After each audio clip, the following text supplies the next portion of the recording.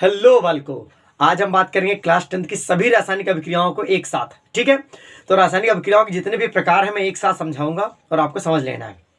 तो सभी मैंने लेक्चर इस पे अपलोड कर दिया, पर्टिकुलरली एक एक अभिक्रिया भी मैंने अपलोड की है, बट किसी की डिमांड पे मैं ये कर रहा हूँ कि चारों एक साथ बता दी जाए। तो रासायनिक अभिक्रिया में सबसे पहला प्रकार जो अभिक्रिया का होता है उसे संयोजन अभिक्रिया कहते हैं। मतलब संयोजन मतलब जोड़ने वाला। कई अभिकारक आपस में मिल जाएं और एक उत्पाद बनाएं।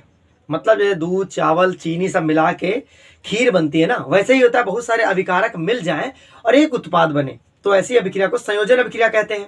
ठीक है, उसके बाद हम समझेंगे विस्थापन अभिक्रिया को। वियोजन भी समझाऊंगा क्योंकि लिखते समय मैंने थोड़ा गलत लिख दिया था, नीचे ऊपर हो गया था, तो चाहे तो आप वियोजन समझ लीजिए। वियोजन वह रासायनिक अभिक्रिया जिसमें एक अभिकारक कई उत्पाद बनाता है। मतलब वह रासायनिक अभिक्रिया जिसमें एक अभिकारक कई उत्पाद का निर्माण करता है, दो या दो से अधिक उत्पाद का निर्माण करता है, तो ऐसी अभिक्रिया को हम वियोजन अभिक्रिया कहते हैं। ठीक है, उसके बाद विस्थापन अभिक्रिया आती है। विस्थापन अभिक्रिया में क्या होता है, वे रासायनिक अभिक्रियाएं जिसमें एक क्रियाशील धातु थोड़ा मतलब कम क्रियाशील धातु को उसके लवण से विस्थापित कर देती है, हटा देती, निकाल देती, बाहर फेंक देती है। ऐसी अभिक्रिया को कहते हैं कौन सी अभिक्रिया? विस्थापन अभिक्रिया। और एक चौथी बचती है बेटा द्विविस्थापन अभिक्रिया। द्विविस्थापन अभिक्रिया को हम लोग कहते हैं कि वे रासायनिक अभिक्रियाएं जिसमें अभिकारक अपने अपने आयनों का आदान प्रदान प्रदर्शित करते हैं, तो ऐसी अभिक्रियाओं को द्विविस्थापन अभिक्रियाएं कहा जाता है। अभी मैं उदाहरण देकर समझाऊंगा। ठीक है, उसके अलावा मैंने जो वियोजन बताया था, वियोजन तीन तरीके का होता है। वियोजन तीन प्रकार का होता है। एक होता है तापीय वियोजन। अगर कोई अभिकारक ताप देकर टूट जाता है, उत्पाद बना देता है ताप देने पर, भाई गर्म किया और टूट गया, दो पदार्थ बन गए। अब कैल्शियम कार्बोनेट होता है CaCO3, उसको 100 डिग्री ताप दो तो वो कैल्शियम ऑक्साइड और कार्बन डाइऑक्साइड में टूट जाता है।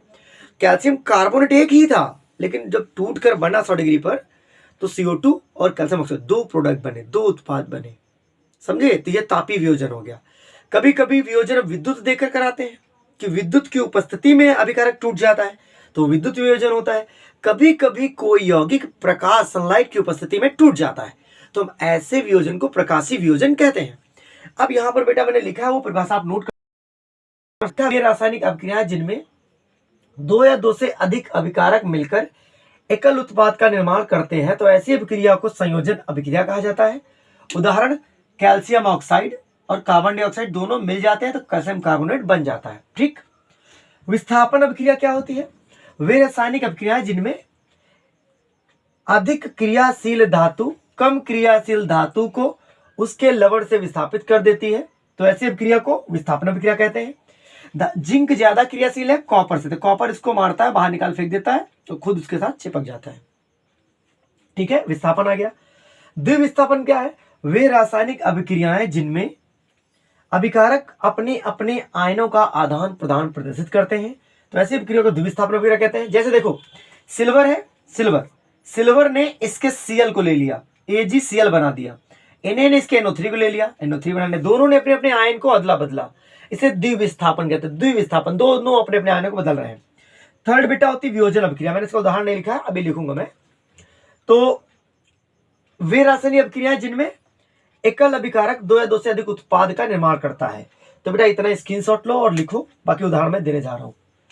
स्क्रीनशॉट ले लो सभी लोग, फिर आराम से नोट कर लेना इसको अच्छे से, पॉज करके वीडियो 1 2 3 तो देखेगा। अब मैं वियोजन को समझाऊं क्योंकि स्पेस कम था, इसलिए मैंने जितना लिखा मैंने लिख लिया।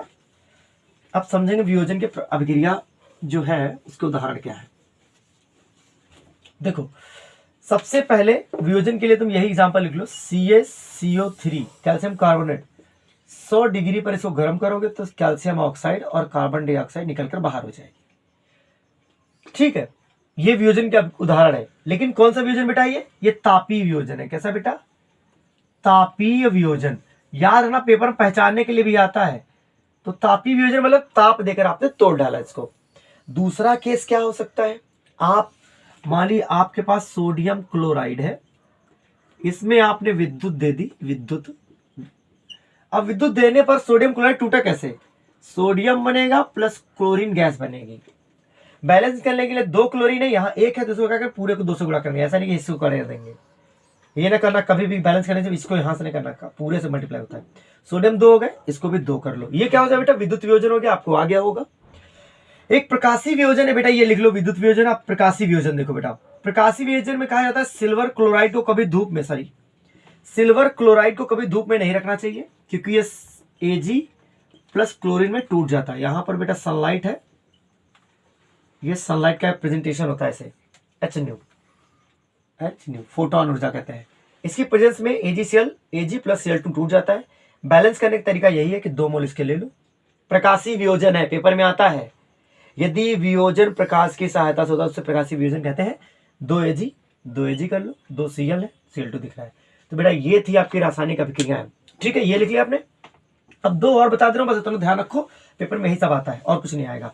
एक बेटा ऑक्सीकरण अभिक्रिया होती है, वह रासायनिक अभिक्रिया जिसमें ऑक्सीजन का ग्रहण होता है या हाइड्रोजन का त्याग होता है, ऐसी अभिक्रिया को हम ऑक्सीकरण अभिक्रिया कहते हैं। अगर आपको समझना है तो मैंने पहले लेक्चर ले रखा है, आप देख लीजिएगा।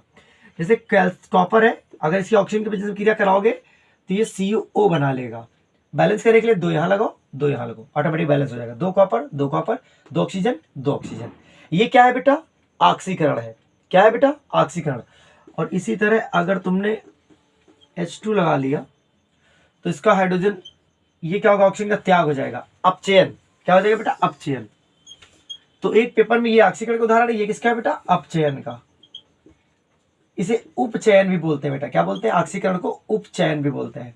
अपचयन मतलब क्या होता है, ऑक्सीजन का त्याग होना, हाइड्रोजन का ग्रहण होना, ठीक है।